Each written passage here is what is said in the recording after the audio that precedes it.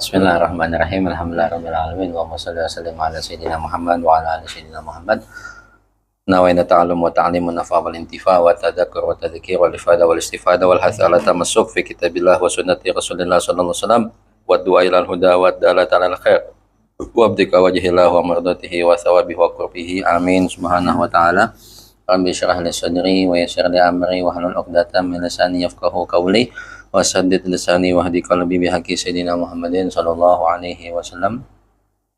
Amma ba'd, ya kita melanjutkan belajar tauhid kita melalui bimbingan Al-Imam As-Sanusi rahimahullahu taala dalam kitab beliau Al-Muqaddimat. Kemarin kita sudah membahas tentang hukum syariat, yang mana hukum syariat itu terbagi kepada 5, yaitu yang pertama ijab, wajib atau fardu, yang kedua an-nadab, sunnah, kemudian at-tahrim, haram, yang keempat al-karoha, makruh, yang kelima al-ibaha, mubah. Itu kalau kita lihat dalam kitab-kitab yang lebih tinggi, ada namanya satu hukum lagi, khilaful aula. Khilaful aula itu kita melanggar perintah sunnah. Misalnya sholat duha. Sholat duha itu kan perintah sunnah. Kita nggak mengamalkan sholat duha, maka kita khilaful aula, menyalahi yang lebih utama. Kalau makruh itu kan melanggar larangan. Ya, kita misalnya minum berdiri, minum tangan kiri, dilarang sama Nabi, minum berdiri, minum tangan kiri, tapi larangannya nggak jazm, nggak keras gitu, hanya makruh saja. Jadi kalau khilaful aula itu melanggar perintah, kalau makruh itu melanggar larangan. Ya, sholat witir menurut Imam Syafi'i sunnah. Kita nggak sholat witir berarti kita khilaful aula gitu. Itu bedanya khilaful aula sama makruh. Nah, hukum syariat itu juga terbagi kepada taklifi dan wad'i. Kalau taklifi yang tadi, ya, wajib, sunnah, haram, makruh, mubah, itu taklifi. Taklifi itu artinya Allah memberatkan kita untuk sholat 5 waktu, memberatkan kita untuk puasa Ramadan, itu taklifi. Nah, sebelum kita masuk kepada pembahasan hukum wad'i, maka terlebih dahulu ada hikmah daripada hukum syariat. Hikmah daripada hukum syariat, ketika Allah Subhanahu wa taala menciptakan manusia, Allah taala menurunkan sistem agar manusia ini bisa mencapai kesempurnaan daripada aspek kemanusiaan. Bukan kesempurnaan mutlak, karena kesempurnaan mutlak itu hanyalah milik Allah Subhanahu wa taala. Akan tetapi kesempurnaan yang nisbi, kesempurnaan yang dinisbahkan kepada manusia, kesempurnaan sebagai manusia. Misalnya sapi yang sempurna itu ya sapi yang makanannya khusus, pakannya khusus, lingkungannya khusus, dagingnya itu bisa dijadikan wagyu A5. Maka sapi yang seperti ini itu sapi yang sempurna dari segi sapinya, dari aspek hewannya gitu. Begitu juga manusia itu, Allah Ta'ala menurunkan hukum syariat agar manusia ini bisa meraih kesempurnaan dan agar dia bisa hidup bahagia dunia dan akhirat gitu. Akan tetapi penciptaan manusia itu hakikatnya adalah untuk diuji oleh Allah Subhanahu wa taala, bukan untuk dijadikan sempurna. Cuman Allah memberikan cara supaya dia menjadi makhluk yang sempurna, diturunkanlah oleh Allah hukum syariat. Jadi manusia itu bisa menerima 2 hal, bisa menerima kesempurnaan, bisa menerima kekurangan. Kesempurnaan kalau dia mengikuti syariatnya Allah Subhanahu wa taala. Kekurangan kalau dia tidak mengikuti syariatnya Allah Subhanahu wa taala. Diciptakannya manusia itu untuk diuji sama Allah Subhanahu wa taala. Yang namanya ujian pasti ada yang lulus, ada yang gagal. Kalau semuanya lulus, itu bukan ujian, namanya formalitas. Penciptaan manusia adalah untuk diuji oleh Allah Subhanahu wa taala sebagaimana firman Allah, alladzi khalaqal mauta wal hayata liyabluwakum ayyukum ahsanu amala. Allah menciptakan kehidupan dan kematian liyabluwakum, untuk menguji kalian ayyukum ahsanu amala. Mana di antara kalian yang paling baik amalnya. Untuk merealisasikan itu Allah Ta'ala memberikan kepada manusia keinginan dan syahwat. Dikasih sama Allah manusia itu keinginan dan syahwat.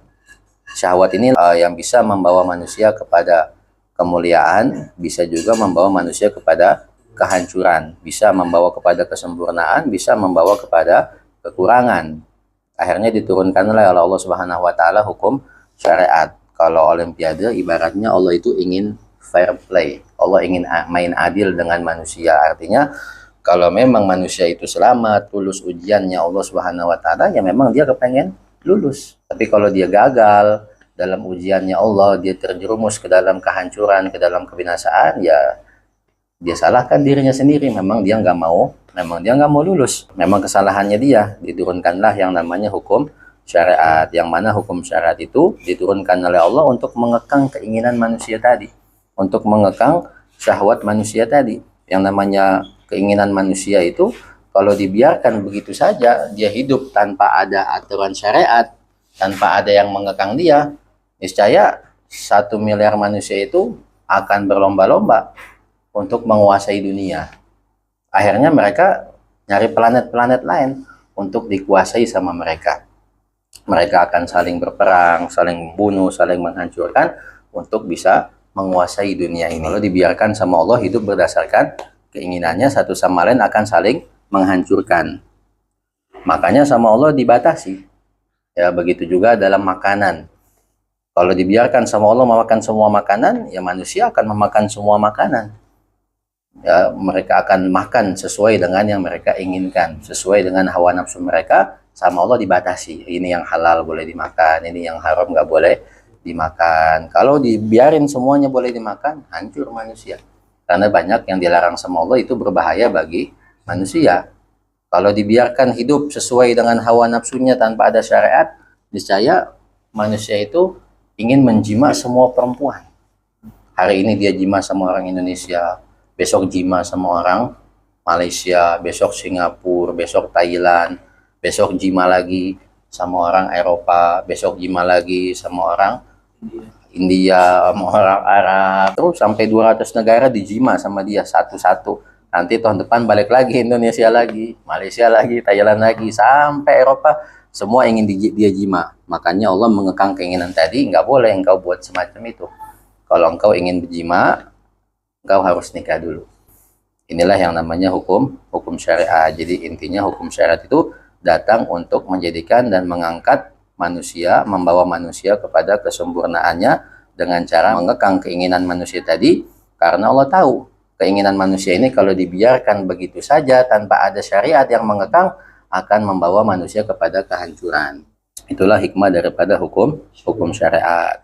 Nah, hukum syariat terbagi menjadi dua. Yang pertama dari aspek taklifiyah yang udah kita bahas yang 5 tadi. Kemudian yang kedua dari aspek wada'iyah. Taklifiyah tadi Allah memerintah, menyuruh, memberatkan. Kemudian kalau wad'iyah itu apa? Wad'iyah itu qala al-musannif rahimahullahu taala wa nafa'ana bihi wa bi ulumihi wa bi ulumi masyayikhi fi dzarain amin al-anqal. Wa ammal wad'u fahuwa ibaratun annas bi syar'i amaratan ala hukmin min tilkal ahkamil khamsati. Jadi kalau hukum taklifi itu berkaitan tentang hubungan antara hukum dan perbuatan manusia. Hukum wad'i bukan dengan perbuatan manusia, tapi perbuatan selain manusia. Bisa itu fenomena alam.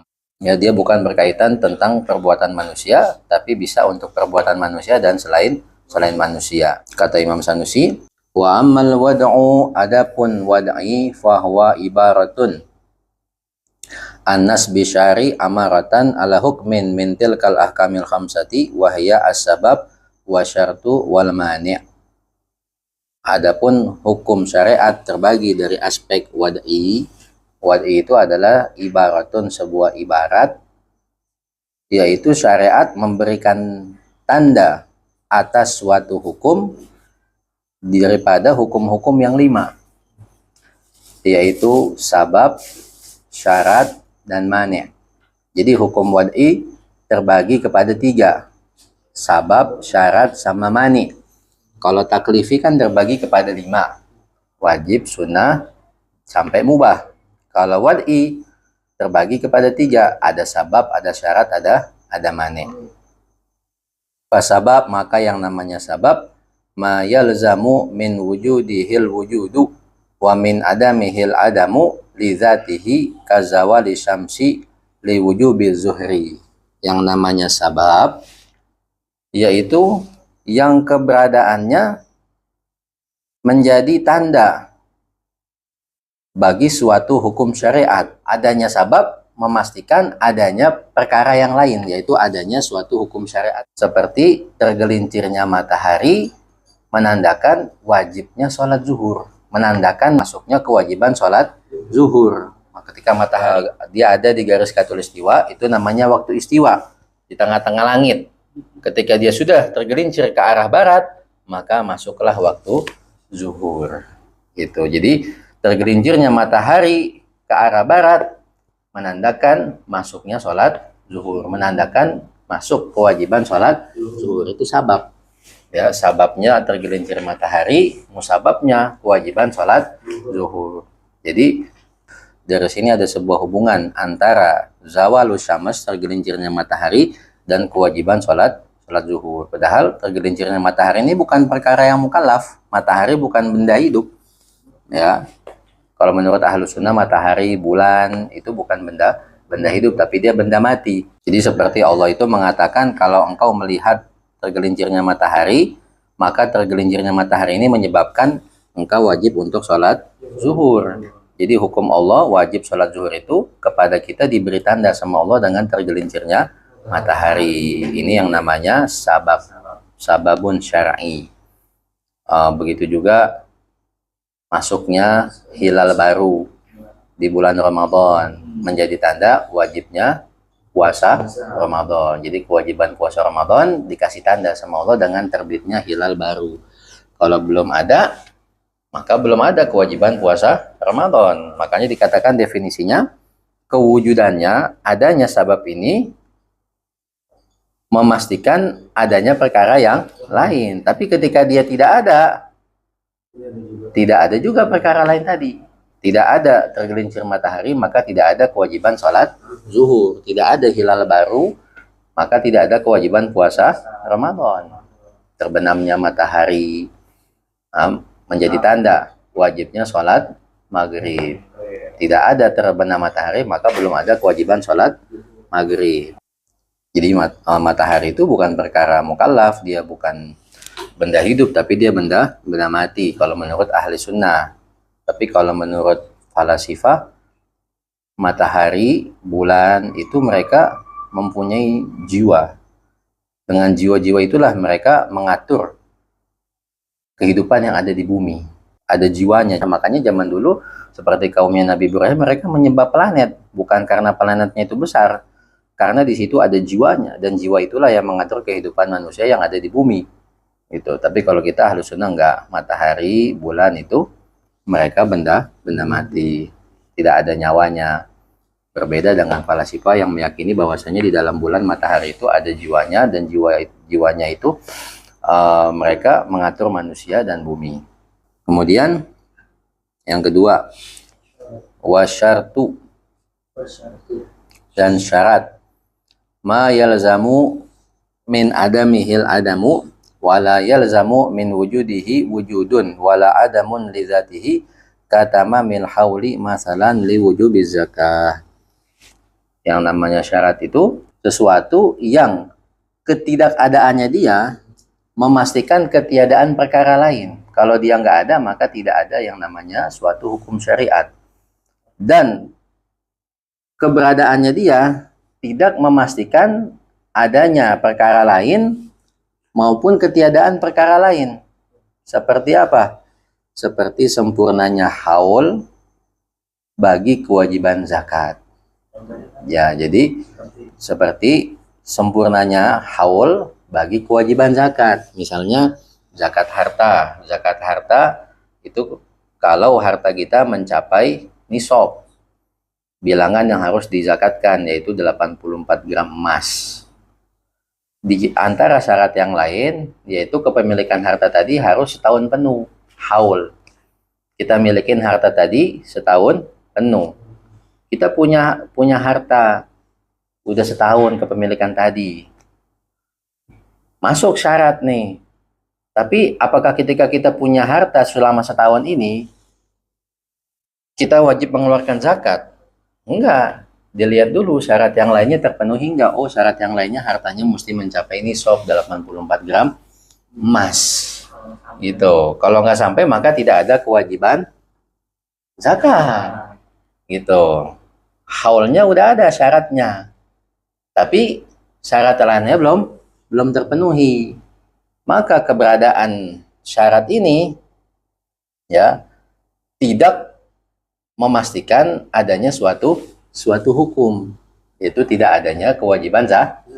Udah ada syaratnya mencapai haul nih harta kita setahun, tapi nggak mencapai nih nisab, maka tidak ada hukum syariat yang namanya wajib zakat. Tapi ketika syarat ini nggak ada, belum mencapai haul, syaratnya nggak ada, ya otomatis kewajiban zakat juga nggak ada. Jadi ketika dia ada, belum tentu menjadikan ada suatu hukum syariat. Ketika dia tidak ada, otomatis hukum syariat juga tidak ada. Misalnya wudhu. Syaratnya sholat itu mesti punya wudhu. Ya. Ketika wudhu ini ada, apakah sudah pasti ente sholat? Enggak kan? Belum tentu. Ya, mungkin belum masuk waktu. Tapi ketika wudhu tidak ada, sudah pasti sholat nggak ada. Paham ya? Ini agak sedikit susah yang jelasinnya. Jadi syarat itu ketiadaannya dia memastikan tidak adanya perkara yang lain. Dan ketika dia ada, tidak memastikan adanya perkara lain maupun ketiadaan perkara yang lain. Terus wal mani, yang ketiga adalah mani. Mani itu penghalang. Ma yalzamu min wujudihil adamu wala yalzamu min adamihi wujudun wala adamun lidzatihi kal haidi li wujubis shalah. Mani itu kebalikan daripada syarat. Kewujudannya, keberadaan mani memastikan ketiadaan suatu hukum syariat. Jadi keberadaan mani ini memastikan tidak adanya perkara lain, yaitu tidak adanya hukum syariat. Wala yalzamu min adamihi wujudun wala adamun lidzatihi kal haidi li wujubi shalah. Dan ketidakwujudannya, ketiadaannya tidak memastikan keberadaan perkara lain dan ketiadaannya. Kal haidi li wujubi shalah. Seperti adanya haid untuk kewajiban sholat. Ketika ada haid, otomatis tidak ada kewajiban sholat. Tapi ketika tidak ada haid, apakah kewajiban sholat itu pasti ada? Belum tentu. Ya, mungkin aja dia nggak sholat, ya kan? Banyak kan yang nggak haid tapi dia nggak sholat, itu. Jadi dia kebalikan daripada syarat. Nah, itu pembagian hukum syariat dari aspek wada'i. Jadi ada dari aspek taklifi, ada dari aspek wada'i. Wallahu a'lam bishawab. Subhanakallahumma wa bihamdika asyhadu an la ilaha illa anta astaghfiruka wa atubu ilaik.